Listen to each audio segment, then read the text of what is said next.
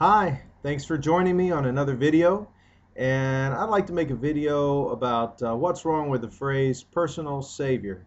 Um, well, first of all, I'm not going to say I'm totally against people using that phrase if they explain what it means.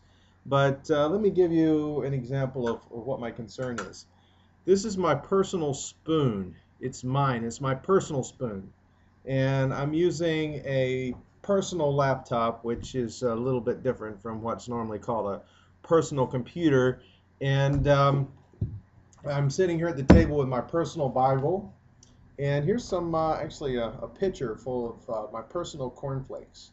And I'm going to make my own personal video about a personal topic to tell all you personal people out there.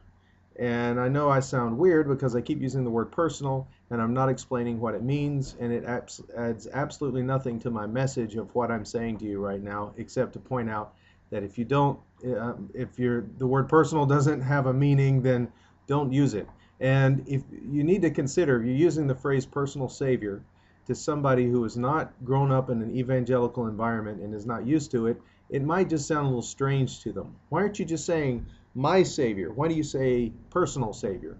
We don't use the word personal like that for other things. I don't say, I'm borrowing this from Keith Green, I don't say this is my personal belly button or this is my personal sister. I say this is my belly button and this is my sister. So, the word personal just adds verbiage and makes it harder for people to know what you're talking about. You're talking in some kind of code that they don't understand. Now, I have heard the phrase used in a way that people would understand. For example, someone preaches a sermon and says that a lot of people think of Jesus as the Savior of the world, but they don't realize that they need to believe in Jesus to save their own sins and that He is their personal Savior. And I can understand using it in that context if you explain what you mean. But if you just use the phrase personal savior as if using that phrase is somehow more holy than not using it, I think that's a misunderstanding of, that doesn't make sense.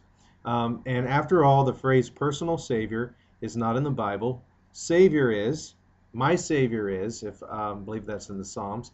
So why use the phrase personal savior as if it's a personal savior, as if it's a mark of orthodoxy, or as if you have to use that to get saved or something like that.